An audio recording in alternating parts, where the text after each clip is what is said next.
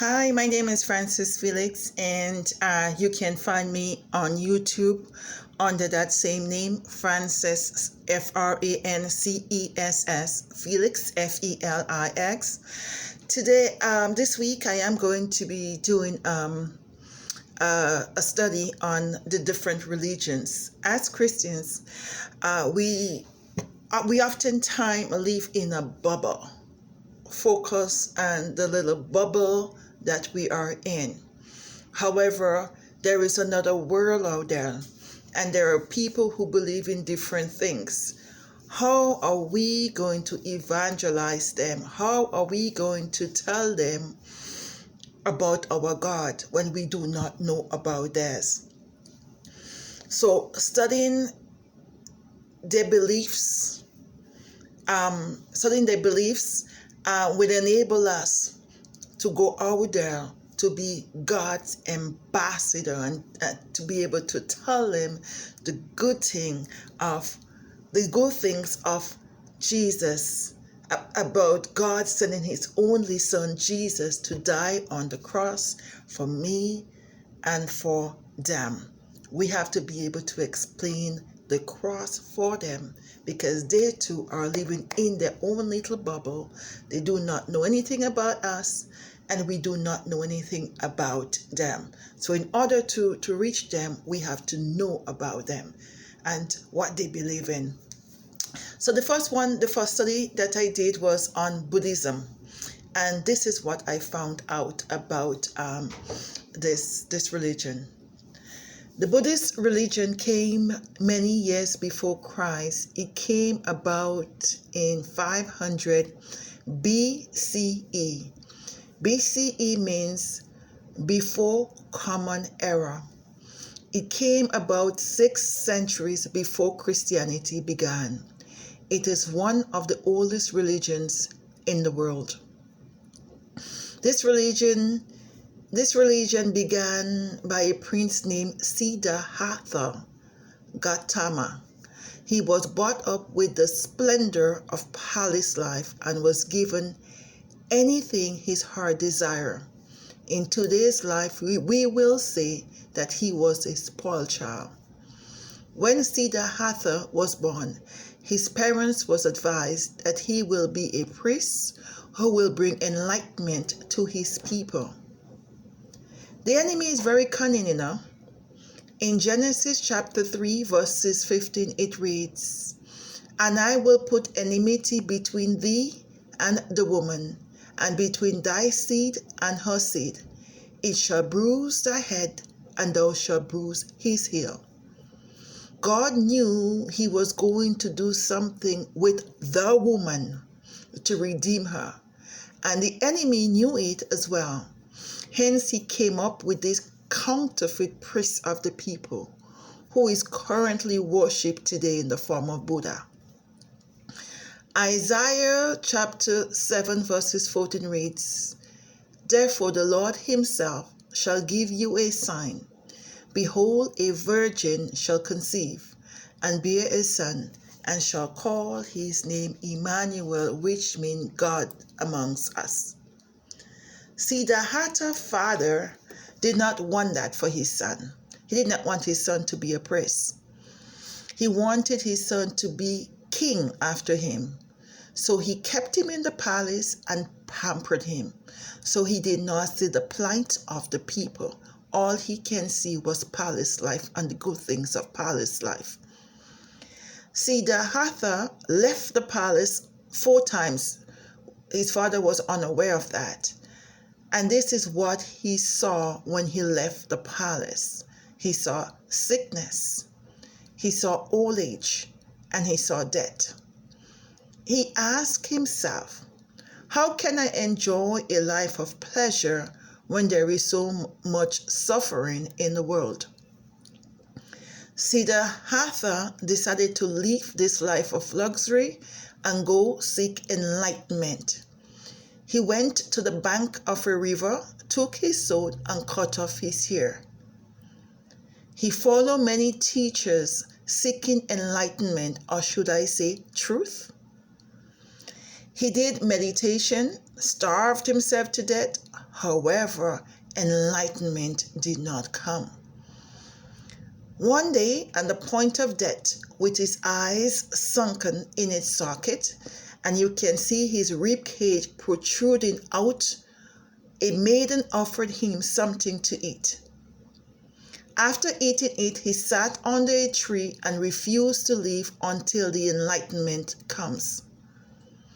While under the tree, enlightenment came to him. He saw the many phases of his life. Buddhism, Hinduism, all of those believe in reincarnation. They do believe in reincarnation. You can reincarnate back into as an animal. You can reincarnate back into a person, and so forth and so on. So you see the many phases of his life, how he was rebirthed or reincarnated as animals and as humans. He realized that you do not have to starve the body, and came up with this Four Noble Truth. So he came up with this Four Noble Truth after he got his enlightenment. The first noble truth is suffering exists. What is the origin of such suffering? Is it craving for material good that produces it? There is an end to suffering. This suffering can stop, and you can get rid of it. And the fourth one, how to stop the suffering. He came up with 8-fold paths to stop the suffering. He came up with 8-fold paths to achieve that. And the first one is right view, right value, concentrating on loving others, right conduct, right livelihood, right effort, right mindfulness, right concentration. So this is all that he came up with. After all this, he said you can achieve nirvana or enlightenment. This all resembles, if you look at it closely, this all resembles the Sermon on the Mount that Jesus gave. The Sermon on the Mount can be summarized something like this. I'm just going to summarize it. How to live a life that is dedicated to and pleasing to God, free from hypocrisy, full of love and grace, full of wisdom and discernment. Siddhartha, after his enlightenment, he was given the name Buddha. Many followed him after his enlightenment experience, and he began to teach them. Siddhartha found out through his enlightenment that one should have a balanced life, neither high nor low. It lays along the middle way. Buddhism do not have a creation story like Christianity. It deals with pain and suffering and how to help mankind. It was said, how can you be happy when people are unhappy around you? It is a religion of compassion for others.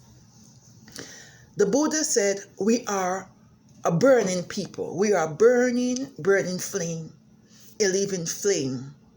We are burning each day with desires, with craving, etc.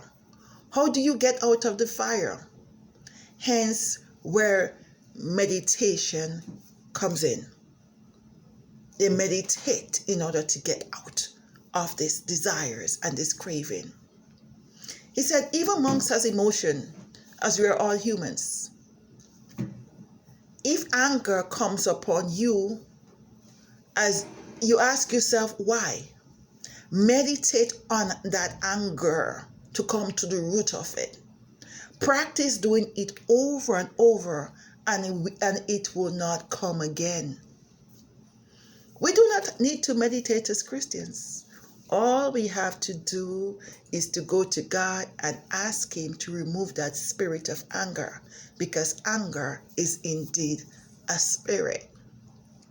So hence the reason why I am saying that we as Christians, we need to know the practices and the belief of the people out there that we want to evangelize. We want to bring them over to Christ. We need to know what they believe in and tell them about our Jesus. Just like Jesus, Buddha performed miracles as well. The enemy is so conniving. And the first miracle he performed, a pile of wood split in half, but at Buddha's command. So the pile of wood split in half at the command of Buddha.